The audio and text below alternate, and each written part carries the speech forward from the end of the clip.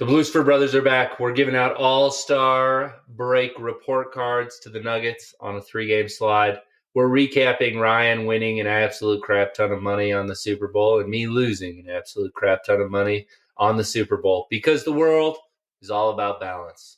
Dan, play that funky music. 3, 2.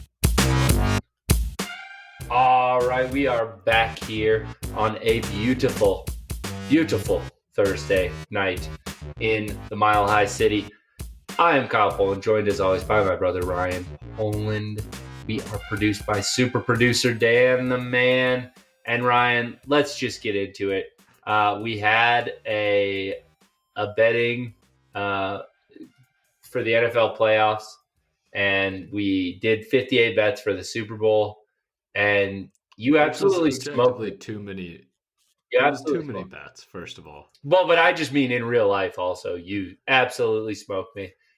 So what were your real profitable things? What was kind of your Super Bowl breakdown? Because you also crushed in the live betting market in some pretty positive ways as well. So you did give out Chase Young fastest sack. I think that deserved the gloat as well, because that's ridiculous and beautiful all at the same time that happened. Yeah, I mean, if I had to pick a favorite of my wins, which is hard to do, it's like picking a favorite child. So vast, yeah.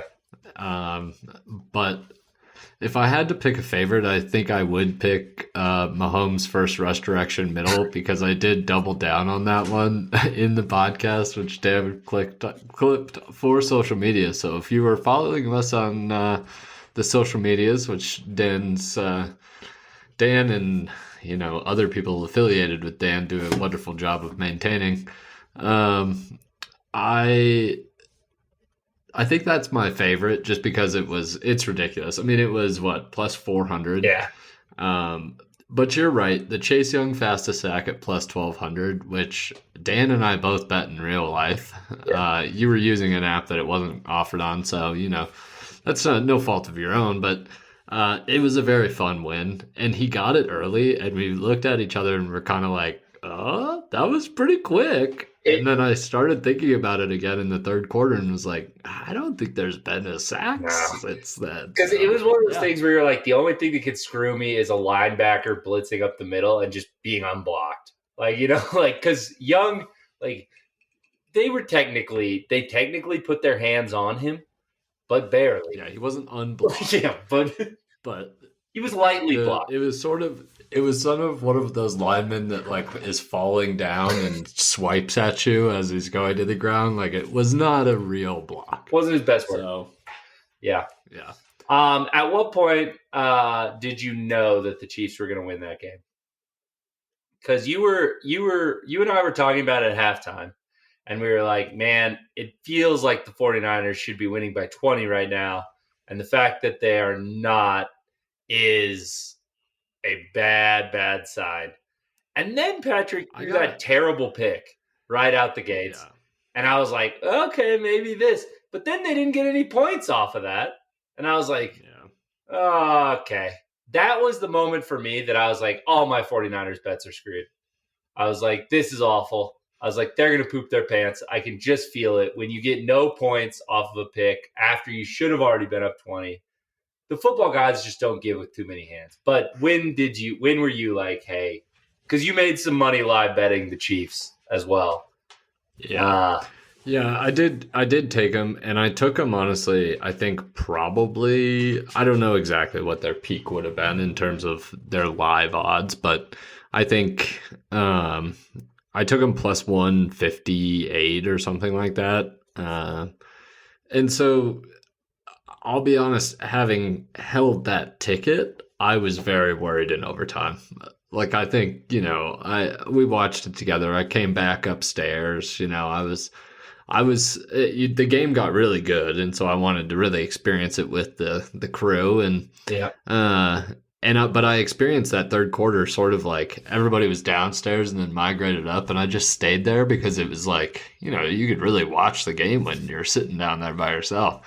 And I was like, I really Ryan do is feel like the without Chiefs are going to child, win. and there were a lot of children at this Super Bowl, Yeah. which is nice for us as parents. I think Dan and I appreciate that because they can play with each other.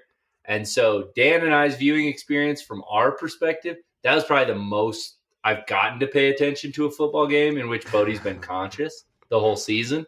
But I do see from your perspective as a childless football watcher that it was a bit chaotic at times with some of the games that were being played. Just general volume of 2-year-olds is pretty high.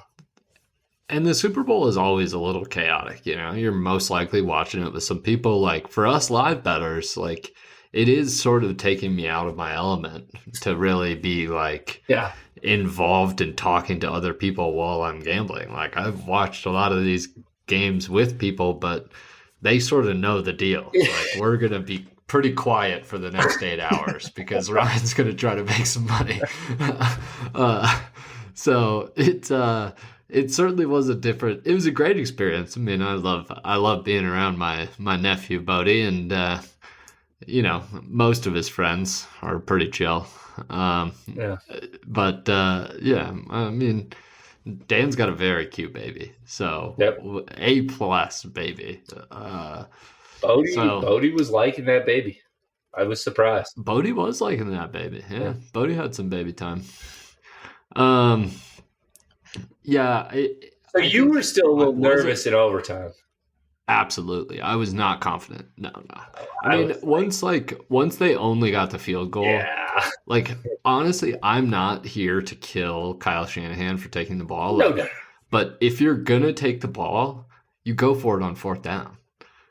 You just put your foot on their neck and be like, honestly, if you're going to take the ball, I would go try to score a touchdown and go for 2 and be like, you have to do both.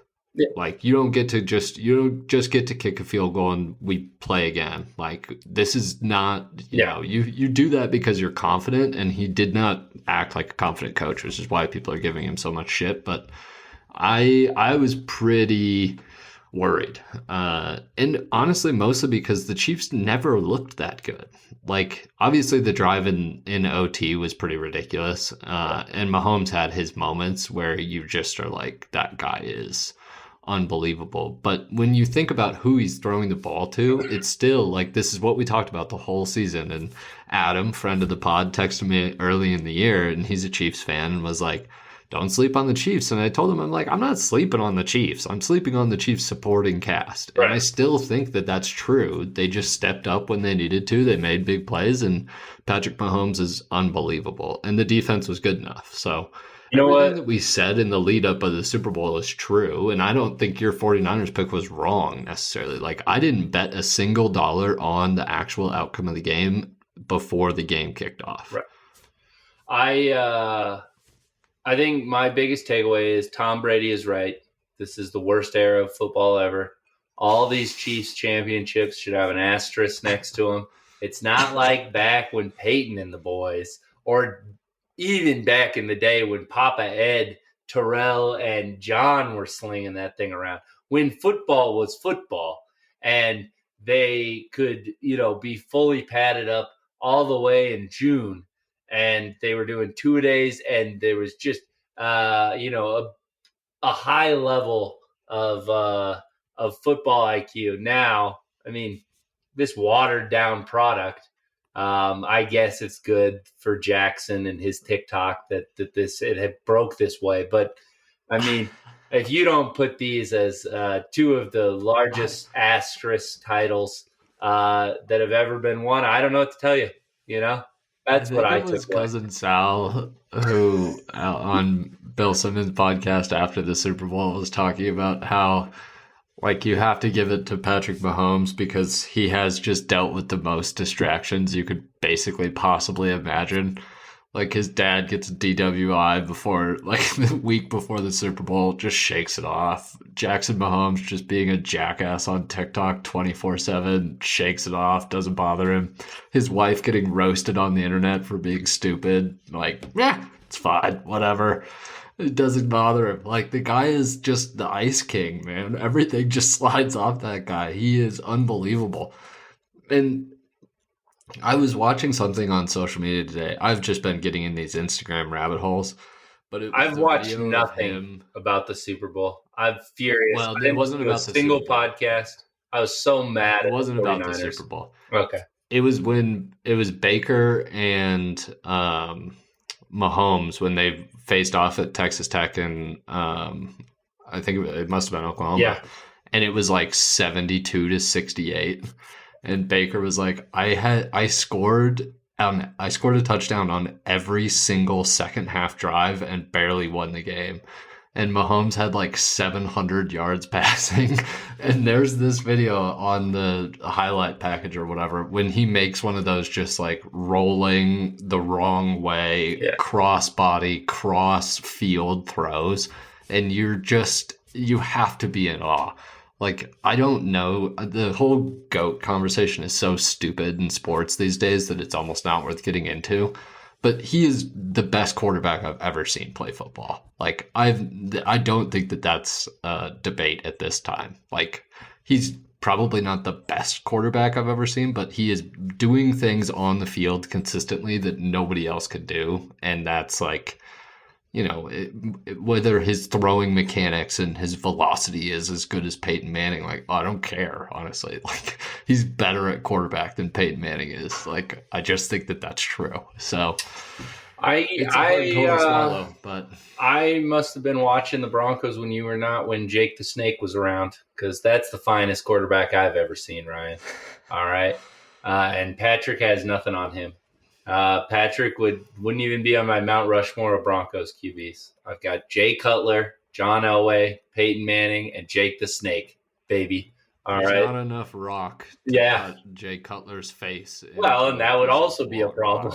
We don't have enough room for Peyton's forehead and Jay's cheek. There's no reason. There's no room for Patrick. Patrick's unbelievable. Before we just on a serious note, to kind of wrap this up, Patrick is just stupid good. And as a Broncos fan, I hate, and it's this time of year in the Broncos, media podcast time where you go, and every team in the NFL who was not in the Super Bowl, all of their local podcasts and local radio do this, and they go, what can you learn from what the 49ers and Chiefs have done here that could help the Broncos? And I'm like, well, you could have the greatest offensive coach of all time and hit on every draft pick, or you could have just the transcendent quarterback. So those are good strategies. The problem is pretty much everyone's trying to do that, dude.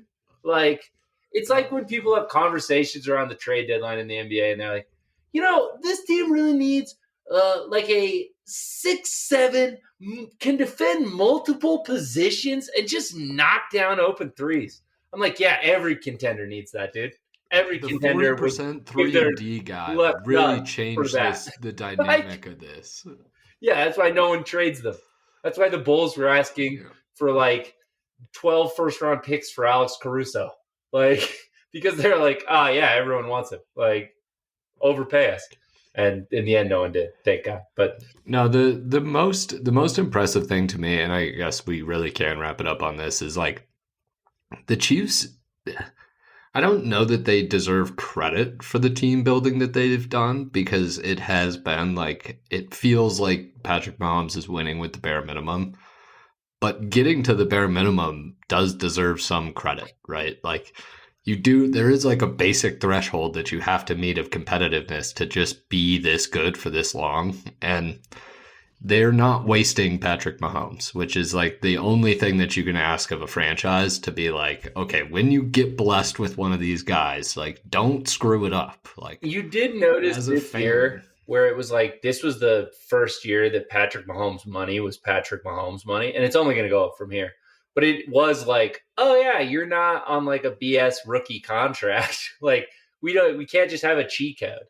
And the Bengals are about to experience that. The Jags are about to experience that. Like, the Chargers are going to experience that. Like, all these teams where it's like, yeah, you had unbelievable talent because you had a top 5 quarterback on a rookie contract. It's easy to improve your team. Draft. Whereas like it makes the draft that much more important. You have to right? hit. Like you can't miss picks. You can't miss picks. So they deserve some credit there. Yeah. So also Juszczyk over 4.5 receiving yards. Man, just a early 32-yard got that catch one out of the way. The first first drive, one catch and 30 yards. Yeah, first drive. All right. Both teams lost a fumble.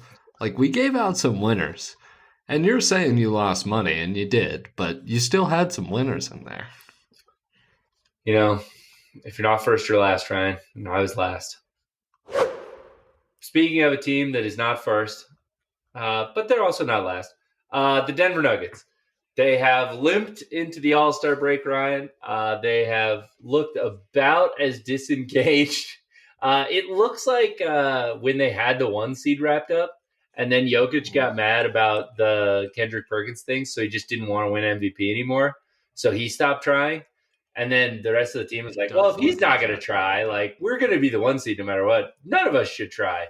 And we're going to lose if he doesn't try. Yeah. The Kings game last night was a real depressing game to attend. I didn't enjoy much of it at all. You could feel it in the second half that you were like, oh, we're going to lose. Like 100% we're going to lose here. So it's easy to get overly negative, I think, with a 3-game losing streak. So I wanted to throw some players at you, and I wanted you to give me your honest grade. And I'm not going to throw the whole roster at you because what do we care what like Jay Huff. The only one I'll say D. D. Is I would have given him higher marks because he's always funny on the question. No, he's an A. Yeah. He's an A. Yeah, I got nothing against Jay Huff. Come on. Colin Gillespie hit 1-3 last night, and so I'm giving him an A for the season. He scored in an NBA game multiple times, and that's more than I thought. So, okay, let's start with a hard one. He was injured to end the All-Star break. He was injured during it. He's had some unbelievable highs. We are, of course, talking about Jamal Murray. What would be your breakdown of a year that a lot of us thought was going to be the year of Jamal because it is a contract year and making an All-NBA team would be insanely profitable for him. And he just seemed set up to do it. He's had some hamstring stuff, but he's had some clunkers as well as some unbelievable games. What would your grade be for him this first half? Yeah, he is really hard. You didn't toss me a softball here. I think so it's grading on a curve a little bit, right? Because I think part of what you have to grade is the 2-man action with Jokic. And that is so much more unstoppable than any other action that we run with Jokic that he deserves some credit for that because he's so unbelievable that clearly is affecting why Jokic is so good in that action too. Yep. They're both good individually, but they're together. He gets Jokic some free points in that too. It's not just a one-way street. So, yeah, and I'm going to give him a B+, I think. I'm not overly enthusiastic, but I think he recognized how long of a season that was. And I think he came out and I think he wanted really bad to be playing at an extremely high level. He really was like almost forcing things. And he wasn't necessarily in like great shape to begin. Like all these guys are working their way into shape through the season. You have to be, otherwise you're not going to be able to make it through the season. So right. I'm not saying that he didn't try hard in the summer. Like, don't say that. I'm just saying he wasn't like, I don't think he was physically in a place where he could be forcing it and it go well. Yep. You know, like sometimes you're in a place where you can just do whatever you want physically. And sometimes you're in a place where you have to be like, I actually can't do that right now. I'm actually going to hurt myself if I do that as opposed to help myself. So I think there was some of that. And then he had the injury, which really sort of, I feel like derailed a lot. because he's a builder, right? Like he builds through the season, and I think that's really where um, we've seen him build through playoff series. We've seen him build through games. Like often his first half is kind of trash, and he builds through those. So like I think his whole career arc has sort of been in that swing, and I think that derailed that a little bit. I do expect this to be a big second half from Jamal. I sort of think he needed the All Star break maybe more than a lot of these guys. He's sort of banged up. I think he was tired. Like I think they're all tired, which you sort of laid out in that open. But yeah, I'm gonna go B plus. He's had great nights. He sort of made a push a little bit, especially towards the All Star voting to maybe collect some votes there and sneak his way on. But he just wasn't consistent enough early in the year to make that happen. So I don't know what that's my thought. B plus.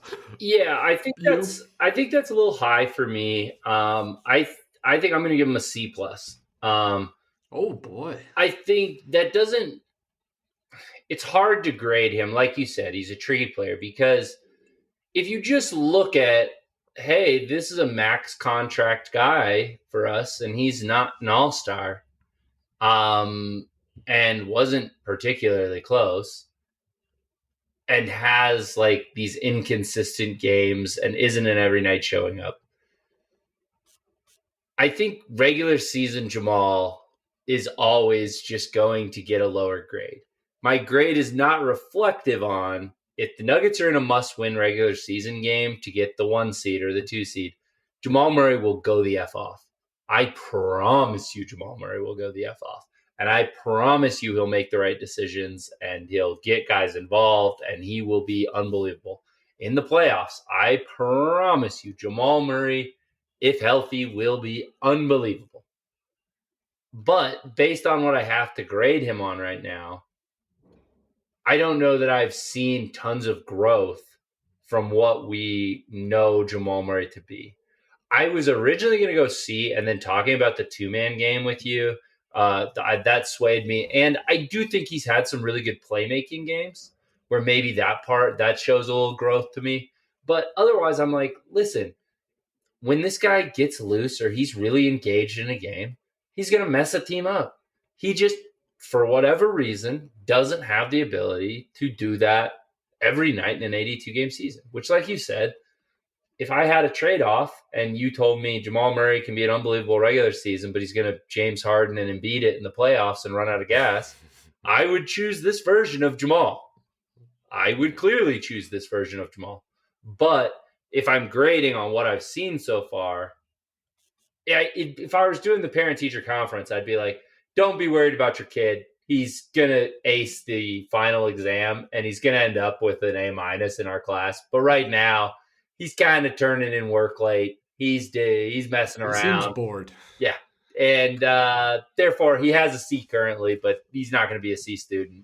He understands all the material. Don't worry. When he wants to try, he turns it on and we'll be just fine. So, yeah, I would give him a C.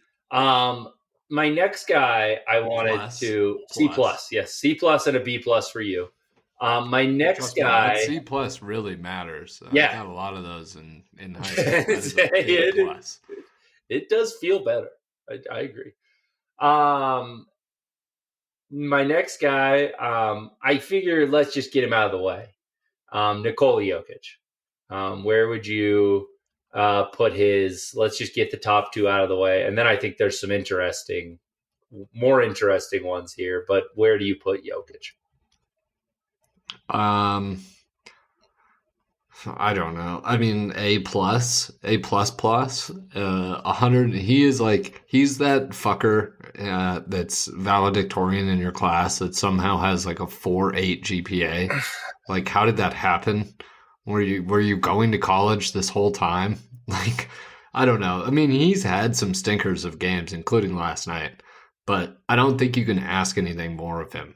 Like, he's doing exactly what you would want him to do. I think he's being more vocal. He's being more assertive in what he knows should happen. Like, I think that everybody has sort of eased their way into the season, him included, but he did not. It was not an out of shape Jokic. It was just like sort of passive games and weird stuff where he was taking 8 shots, and like that has to count against him at some point. But there's no way in hell I'm giving Jokic anything other than an A. So yeah, I would give him an A, and it's weird because we're waiting on word of whether or not we'll get to vote for the MVP this season from the NBA. We haven't heard anything from Silver yet, one way or another.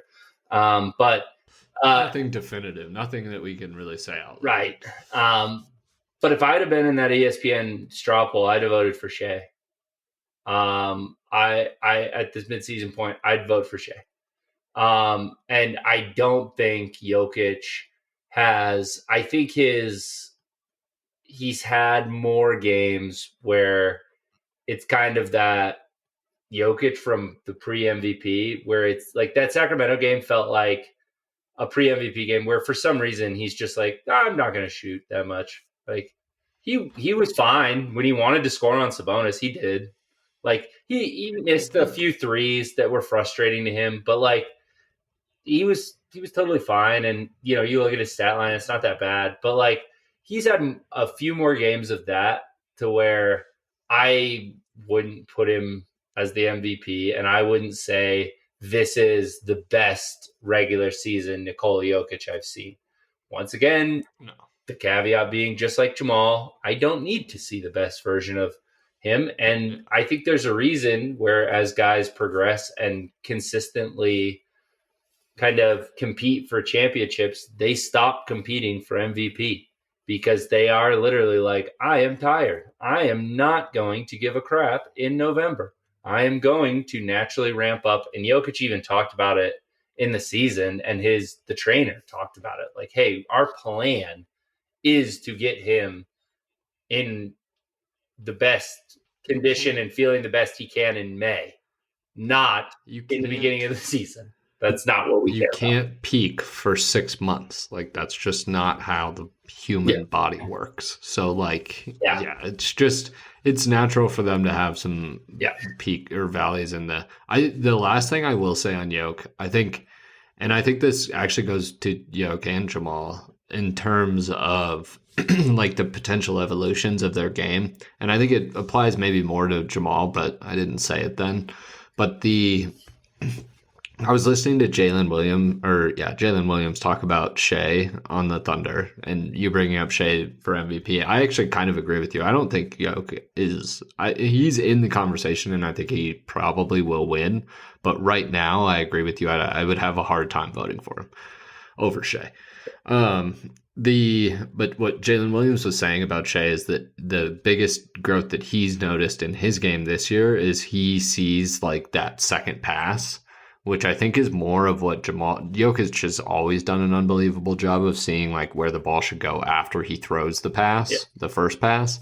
But Jamal is starting to see that too. Yeah. And I think that's the playmaking stuff that doesn't show up on the stats sheet that you're sort of talking about with Jamal, where like that stuff is important, but it's harder to see. Like you have to be watching the game and understanding what's going on in order to see that sort of stuff. So I don't know. They the two of them. It's like the Lakers game wasn't that long ago, right? Yeah. So like, and they absolutely fucked them up. So it's like sometimes it's the NBA season is sort of weird in that it's really easy to overreact to whatever has happened in the last week. But you're right that he hasn't been playing as well as he hasn't 2 years ago, but he's still an A. Yeah. Oh, I mean, he's still thrown unbelievable passes. We've had, unbelievable game winners, all the things. Okay. I want to get into, I maybe only want to do 5 guys. We could do the whole 8-man rotation, but I some of them I just don't think are wildly interesting. So my last guy from the starting lineup is going to be Aaron Gordon. Where do you put Aaron? He kind of came on at the last part. He's been really pretty aggressive. It feels like he's stepped up his intensity a little bit, and he's obviously our most important defender. KCP is our best defender, but Aaron Gordon is our most important defender, if that makes sense. Yeah. So And what I say you? think the defense I think the defense is where grading him gets hard. Because it's so hard. Like we go to a lot of games and we watch all the games, but it's hard for me to even like really understand what's going on the defensive. Like I know he's so good at defense, but it's hard for me to grade his defense in a real way, other than just on what I see. Um, so, but I really value that. So my grade for him is probably going to be wildly inflated. The offensive end, he's been I mean, he just dunks all the time, right? Like he gets found for those whatever 6 to 8 free points at the rim a night. He hit that step in fucking three last night that almost like sort of gave us some false hope late in that Sacramento game. Yeah. That the free throws have started to look a little bit better recently. The threes have started to look a little better recently. Like the offensive stuff has always been a little bit off and on with him, and it's hard. Like his role is hard because if Jokic and Jamal are cooking, and if Mike is hitting threes, like he's not touching the ball a lot. So his offensive rhythm is always hard to judge too. So I think all of that being said, I'm gonna give him a B minus. I like the offensive stuff. I just need him to like sometimes, especially late in the year last year, and definitely in the playoffs, and he would get a little guy on him, and he would just grab the ball and put his ass under the basket and then dunk on him. Like he started to do more of that recently, but that's the stuff that I miss, and I think he's would bring this to a full A grade here. Yeah, I'm going to give him a C. I think I agree with you that he's come on. The free throws started looking better. The 3-point shot has looked a little bit better. And I don't know if it's his doing or if it's Jokic is encouraging it or whatever. I've seen too much Aaron Gordon isolation. Number one, our offense is good because we're not an isolation team. And number two, if we are going to play isolation, there are better options than Aaron Gordon. And to your point, the thing that I think has missed is sometimes he will get a smaller guy on him and he'll go, I'm going to attack right away. It's like, no. That's not how you do it. You throw it to Jokic and you go post up under there and he will throw you a perfect pass. And there's no double team that could come. There's no, whatever. Like there's too much time where there's possessions where I go, man, Aaron Gordon has had this ball for a while, and it ends in a like fadeaway 10-footer, and I'm like, oh, this is Orlando Magic Aaron Gordon that people were like, I don't know if this offense is good enough to be a number one, and I fully expect that stuff to get cleaned up, and it's not like when Jamal and Jokic go to their 2-man game, it's not like Aaron is like clapping for the ball or doing anything. Like he knows when it's that time. But I think there's been some second quarter, third quarter runs where they've given up runs because it's just been a lot of Aaron. And maybe, like I said, it's by design, and maybe Jokic is requesting that and he wants a little bit less. But I mean, it is a waste of an offensive possession anytime Jokic does not touch the ball, free throw line or below. That's in the half court. That's a waste.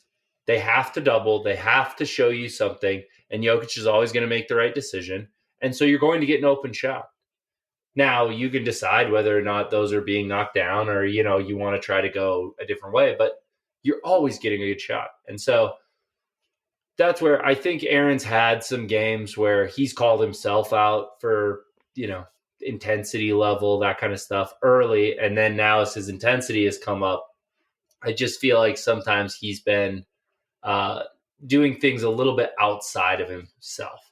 And like I said, I don't think that's a selfish thing or something that is a sign of a locker room problem or anything of the sort.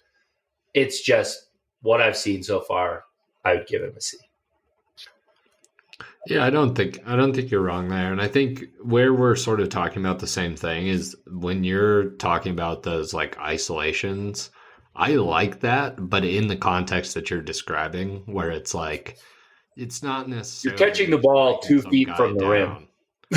Or he might not be though, but like it has to be a specific type of mismatch. Like you can't let a guard get underneath Aaron Gordon. Like he doesn't have a tight enough handle to like take those 5 dribbles and then cross over and take a crab dribble. Like it's gonna if they bring anything or they see anything like that turns into a turnover too many times. So I agree with what you're saying. I think you just have to find the right type of mismatch and give him the ball in the best possible position. And I think, yeah, I think we're on the same page. I'm just being more generous with my grades. Yeah.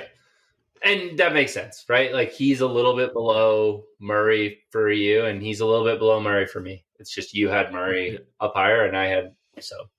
All right. Now I want to get to the bench. I want to start with what I think will be a positive. Peyton Watson.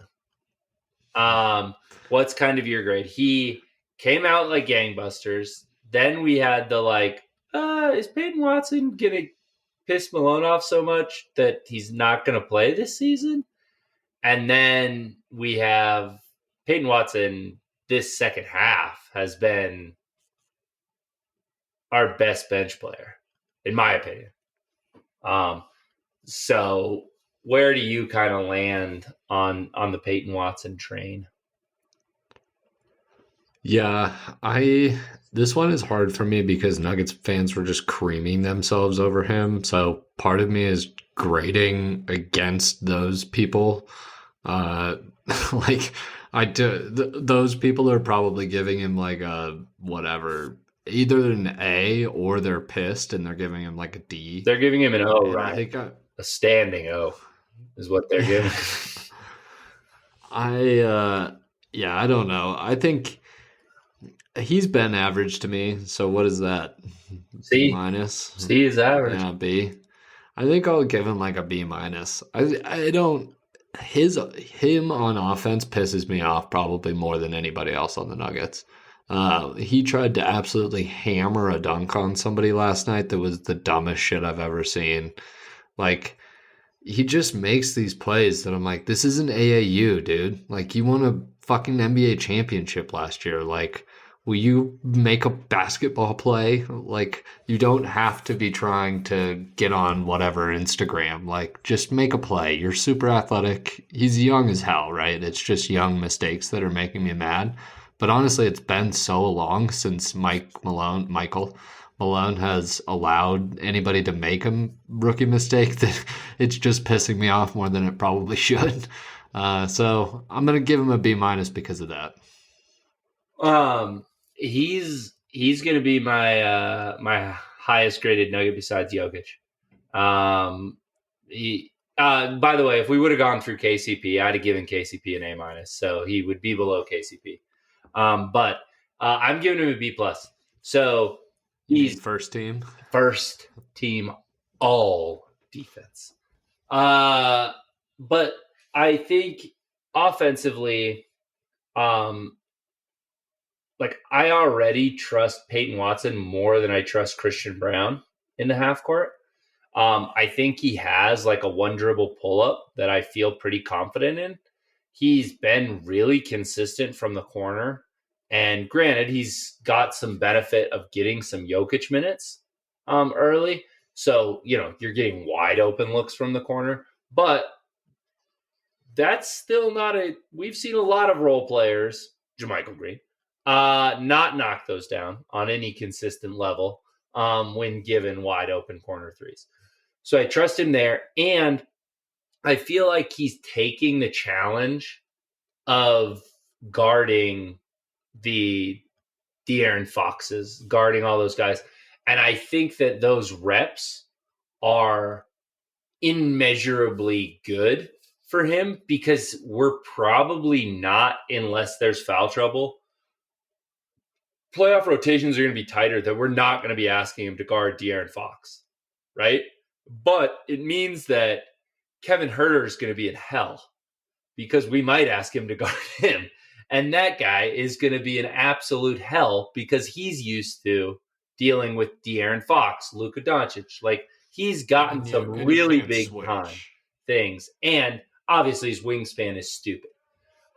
So to me, he just has done all of the things to show you this is a guy who's going to play in the playoffs and can have a similar to what Christian Brown did last year, where it's not every game we need him to show up, but you need to go once in a while where you walk out of the stadium and you go, hey, I know Jokic and Murray both had 30, but that was the Peyton Watson game because he just hit some threes. He lost his mind. He was blocking shots. He was yelling. He was getting, because the bench gets fired up when Peyton makes big blocks, makes big defensive plays. You can tell it's like Christian last year. They really like him. They like the effort. They like that he does the little things and that he listens to them and, respects the veterans.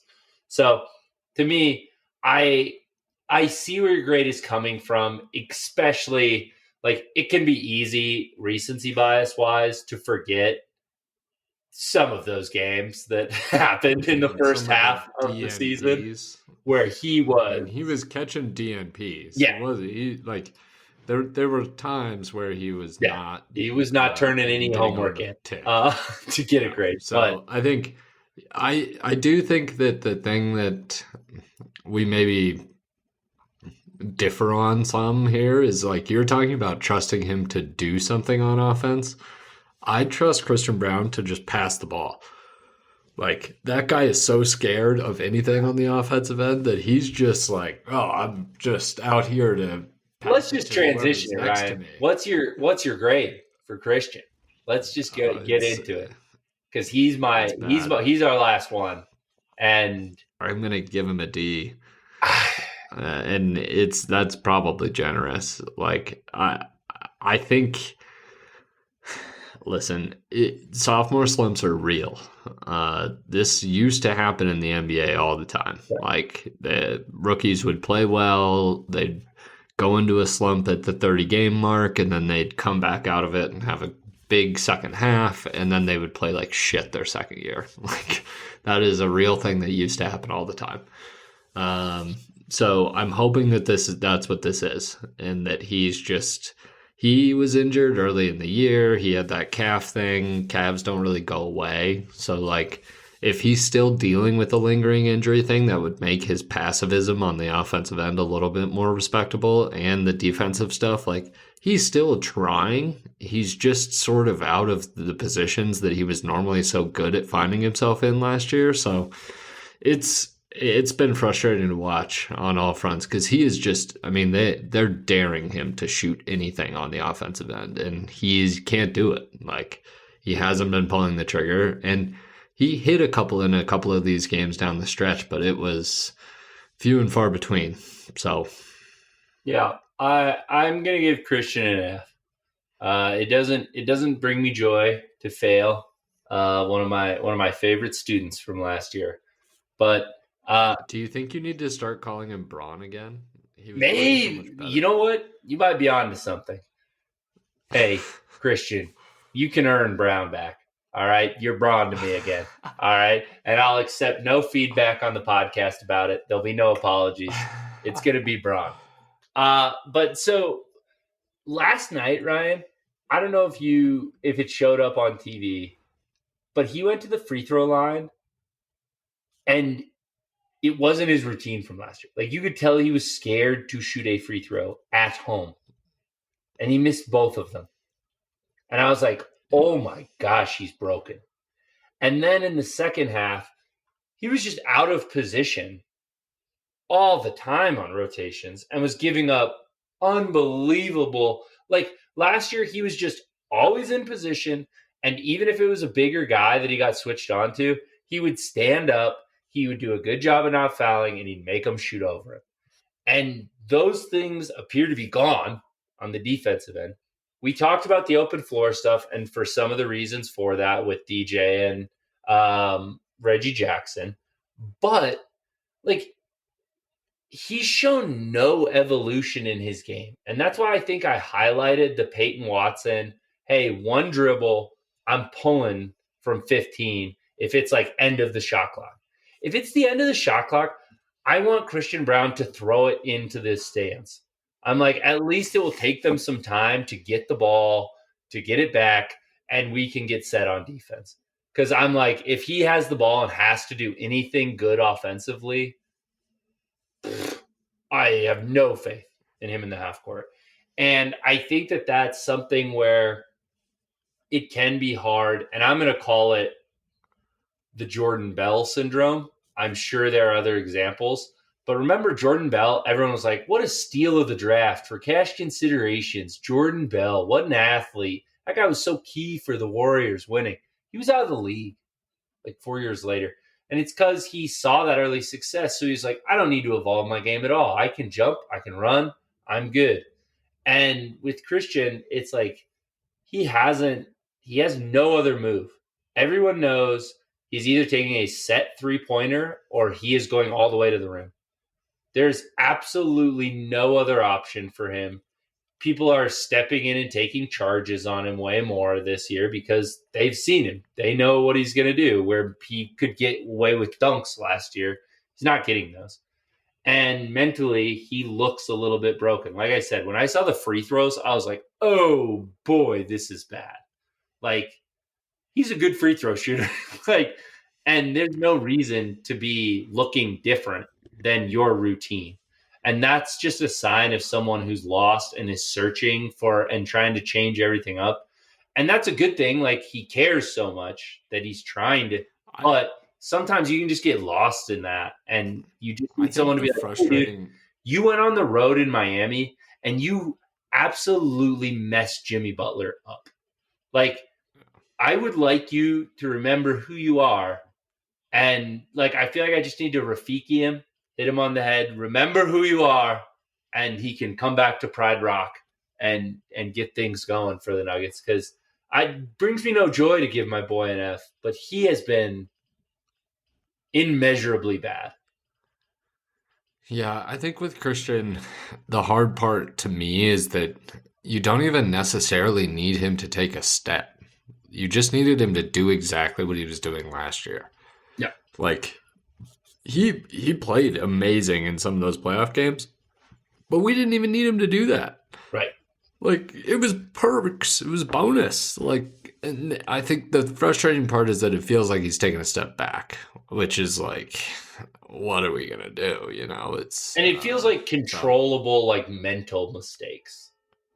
That it's like, it's one thing if you're just broke from three for a while. Some of it, I think, might be physical. Like, I think some of the explosiveness to get to the rim, if his calf is messed up, like, I do think some of that. And then it becomes a mental game of, like, can I do that? I haven't done it in a while. And then it's like, I only get so much tick. Like, am I really going to try right now? Am I going to go into the lane on this guy? Like, I think he's thinking too much right now, which it's hard as a role player in the NBA. Like, people talk about it now that we get so much content from these old NBA heads that most of them were honestly role players. So like, they talk about it all the time about how hard it is to come in off the bench cold and like have a good game. And I think, you know, I'm not giving up on Christian. No, I don't think I think he has a lot of, the right sort of things for us to be a really good team. So I'm not like, he fills a lot of the gaps that we need. We need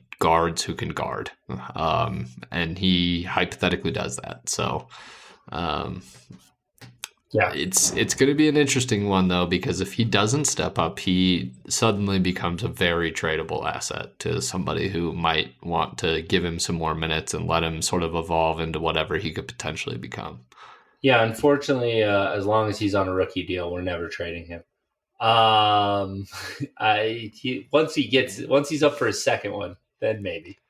Well, if you're packaging him and somebody else, you can probably offload some salary.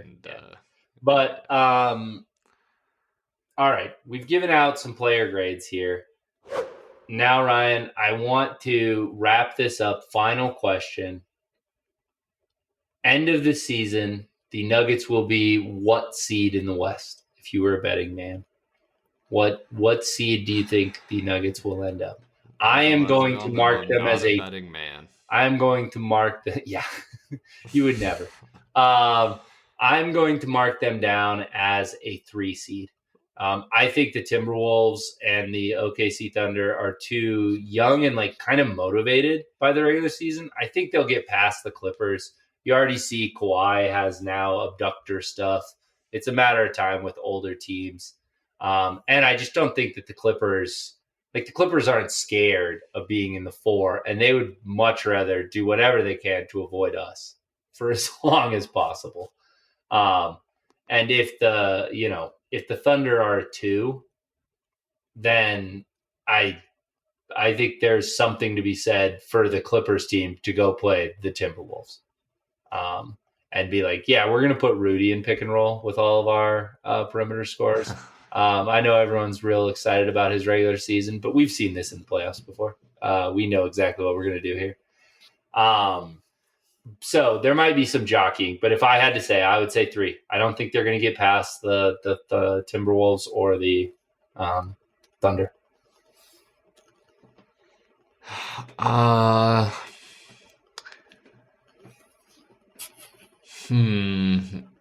This is really putting me to the test here because I don't trust the Wolves. I'll just walk you through what I'm thinking here. Yep. I don't trust the Wolves. I just think that they're like one weird injury / like Karl Anthony Towns stretch away from losing 5 straight, and you just can't do that. The Thunder are just so young. So, like, they're relying on a lot of young guys that this season could start getting long. In these games, when it gets nut crunch time, like, Shea is unbelievable in the clutch. So, they're, he will save them a little bit there. And I don't necessarily think that the Wolves have that guy, which is another reason why I'm sort of fading them even harder than I'm fading the Thunder. So when I'm talking myself, and I agree with you on the Clippers, like I think we'll get past the Clippers. So when I'm thinking about it, it's a 1 or a 2 seed. Like, do I really believe that the Thunder could be the 1 seed? And I think the answer is no. So, wow. Yeah, I'm gonna, and I did give out the division odds like 2 podcasts ago, and I haven't looked at them yet, but they're probably very tasty right now. Yeah, I'm sure they're climbing back up. Money. Yeah. Because I just think that this team really cares about the 1 seed. I think they know how important that home court was for them last run, and I think I'm hoping that this 1-2-3 Cancun into the All-Star break sort of pisses them off, and they come out firing and are like, all right, like now we are the defending champions. Like it's time to go prove it. And they go on a little bit of a run here, but that is some homerism for you right there to end the podcast. Hey, I'd be thrilled by it. And I clearly see a world in which that occurs. The only tough thing with the Thunder is now they've put themselves in a spot where they don't have a tiebreaker there because we peed down our leg when we were up 9 with 2 minutes left at home. So that worries me there, but I would not be shocked if the Nuggets went on at some point in the second half of the season went on another 12, 13 game win streak, and we're kind of got rolling a little bit here. But that is our podcast. We thank you for listening. Please share, rate, subscribe. Thanks to Dan the Man for producing, and we will talk to you next week. Bye. Lucifer Brothers is a Crab Shell Media podcast.